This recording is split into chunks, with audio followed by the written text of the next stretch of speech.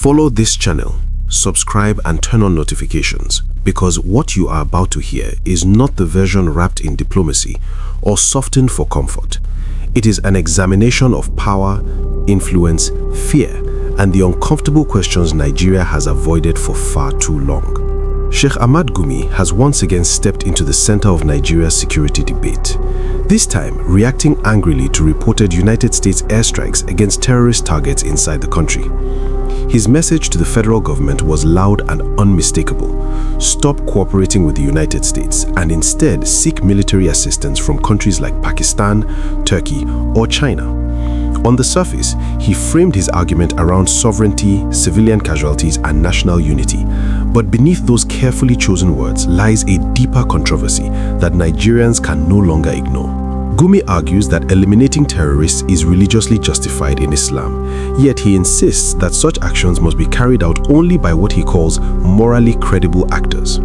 He claims the United States has hidden agendas, that its involvement will attract anti-American forces into Nigeria, and that framing counterterrorism as protection for Christians will deepen religious division. He warns that Nigeria could become a theater of war and that foreign military involvement undermines sovereignty. He questions why strikes would occur in places like Sokoto while suggesting other regions are more relevant, and he insists that aerial bombardment alone cannot solve terrorism. All of this sounds intellectual, cautious, even patriotic, until Nigerians place it beside his long public history. For years, Sheikh Ahmad Gumi has openly acknowledged engaging directly with armed groups described by the government as bandits or terrorists. He has spoken about visiting them in the forests, negotiating with them, appealing to them, and urging the government to show them understanding rather than force. Supporters call this dialogue. Critics call it something else entirely. What unsettles many Nigerians is not just that he speaks about these groups, but that he often speaks for them, especially when they are under military pressure. When terrorists kill villagers, raid farms, abduct students, or burn communities, Gumi's voice is often absent or measured in sympathy for both sides. When military action intensifies, especially action backed by foreign powers known for zero tolerance towards terrorism, his voice suddenly becomes urgent, emotional, and relentless. To many Nigerians, that contrast raises serious questions.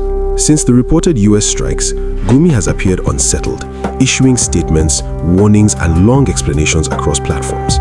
Critics interpret this not as concern for Nigeria's sovereignty, but as fear that powerful external actors are now involved, actors who do not negotiate, romanticize, or tolerate armed groups. In their view, this fear explains his sudden insistence that Nigeria should turn to countries he considers neutral. But neutrality itself is being questioned.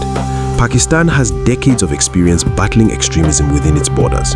Turkey has fought insurgencies ruthlessly. China is known globally for its uncompromising internal security approach. None of these countries are known for dialogue with armed groups that attack civilians. So Nigerians are asking, what exactly makes these countries safer or more acceptable than the United States?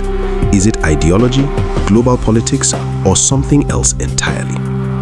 Another issue troubling many Nigerians is Gumi's deep knowledge of these armed groups. He knows where they operate, he knows their grievances, he understands their structure well enough to negotiate. Yet the same security agencies that claim they cannot locate terrorists seem comfortable allowing a cleric to visit them, sometimes reportedly with official escorts. This contradiction has fueled public anger. Nigerians are asking why someone who knows so much about violent actors is not treated as a critical security asset to be formally interrogated, monitored, or restricted, but instead continues to operate freely, issuing public warnings to the government. To be clear, these are allegations and public perceptions, not legal convictions, but perception matters in a country bleeding from insecurity. When communities are buried in mass graves and the state appears helpless, anyone who seems closer to the perpetrators than the victims will face scrutiny. Gumi claims terrorism is sustained by the same actors who claim to fight it. On this point, many Nigerians surprisingly agree, but not in the way he intends. They argue that terrorism survives because powerful interests benefit from it through inflated security budgets, ransom economies, political control, and regional dominance. Critics argue that insecurity has become an industry, and anyone threatening to end it decisively threatens the profits, influence, and leverage of those who thrive in chaos. This is why the reported US strikes have triggered such intense reactions. For the first time in years, Nigerians saw a powerful external actors act swiftly, decisively, and unapologetically against terrorist targets, without endless negotiations or excuses. For Christian communities that have endured years of massacres, displacement, and silence, this felt like delayed validation. For others, it felt like loss of control over a carefully managed conflict. Gumi warns that US involvement will polarize Nigeria by framing counterterrorism as protecting Christians. But many Nigerians respond that the polarization already exists, created not by foreign rhetoric, but by years of selective justice. Terrorists are labeled misunderstood youths. Victims are told to be patient. Self-defense is criminalized. Dialogue is prioritized over deterrence. When this pattern persists, people will naturally welcome anyone willing to stop the killing, regardless of nationality. Another critical point is sovereignty. Gumi argues that allowing US strikes infringes on Nigeria's sovereignty. But sovereignty, Nigerians argue, is not just about controlling airspace. It is about protecting citizens. A state that cannot protect its people loses moral sovereignty long before it loses territorial control. When villagers are slaughtered repeatedly and justice never follows, appeals to sovereignty sound hollow. He also insists Nigeria has enough manpower to defeat terrorism if it is truly committed. Many Nigerians agree again, but with a painful addition. Commitment has been the missing ingredient. When the political will is weak, when enforcement is selective, when ideology interferes with security, manpower alone means nothing. This is why external pressure feels effective. It forces commitment where excuses once lived. The call for communities to document civilian casualties also raises eyebrows. Nigerians ask why such concern is not equally vocal when terrorists massacre civilians. Why is documentation emphasized more when terrorists are targeted than when innocent villagers are buried? At the heart of this controversy is a deeper national question.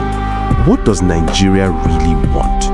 Does it want terrorism managed or ended? Does it want dialogue without consequences or peace with justice? Does it want sovereignty as a slogan or safety as a reality? Sheikh Gumi's repeated interventions have turned him into a symbol, fairly or unfairly, of everything Nigerians distrust about the fight against terrorism: moral ambiguity, selective outrage, and resistance to decisive action. His critics believe his opposition to the US strikes is not about Nigeria's unity, but about protecting a system where armed groups are tolerated, negotiated with, and sometimes indirectly empowered. The government's silence on Gumi's activities only deepens suspicion. In many countries, individuals who publicly engage with armed groups are closely monitored or prosecuted. In Nigeria, he remains free, vocal, and influential. This has led some Nigerians to conclude that elements within the political and security establishment are comfortable with his role, or at least unwilling to confront it. What is undeniable is that the mood in the country is shifting. Nigerians are tired of explanations. They are tired of patience. They are tired of burying the dead while listening to sermons about understanding their killers. The reported US strikes, regardless of geopolitical implications, have ignited a conversation Nigeria can no longer suppress.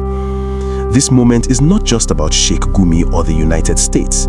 It is about whether Nigeria is ready to confront terrorism honestly, without fear, favoritism, or ideology. It is about choosing victims over narratives, citizens over systems, and peace over managed chaos. Subscribe to this channel, follow for more deep analysis, and share this video. Because Nigeria's future will not be decided by silence, but by the questions we finally have the courage to ask.